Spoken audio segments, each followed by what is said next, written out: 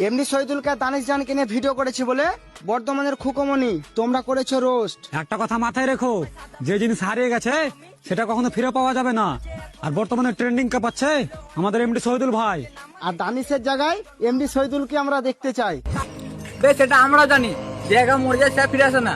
আমরা জানি দানিশের মরে গেছে আর ফিরে আসবে না, তা আমরা ওকে মন থেকে ভালোবাসি, ঠিক আছে? ওসব আলবালকে আমরা দানিশের জায়গায় বসাতে পারবো না, ঠিক আছে? আমরা ভালোবাসি, একদিনকে ভালোবাসি, সেটা জানিস দেখেন। ওসব এমনি শরীরকে আমরা মন থেকে ভালোবাসতে পারবো না। শোন, আজ যদি দানি জানা যদি সাথে যেতেই হয়, তাহলে এমনি শরীরকে অনেক কিছু করতে হবে, অনেক কি করতে হবে, তবে দানি জায়গায় যেতে পারবে, তাও পারবে না, ঠিক আছে? তারপর দানি জানাকে বেশি উল্টো কথা বলিস না, ঠিক আছে? দানি জানা আমাদের সবারই মনে রাখবো, ঠিক আছে? সেই 5 বছর মরে যাওয়া, সব 5 বছর মরে গেছে, তা আমরা কোনো দিল থেকে ভালোবাসি। আর এমনি শরীরকে বার মনে করি, ঠিক আছে? তো দানি জানা ফ্যানরা কমেন্টে দেখতে যাই, তো কাঁপিয়ে দাও কমেন্টটাকে।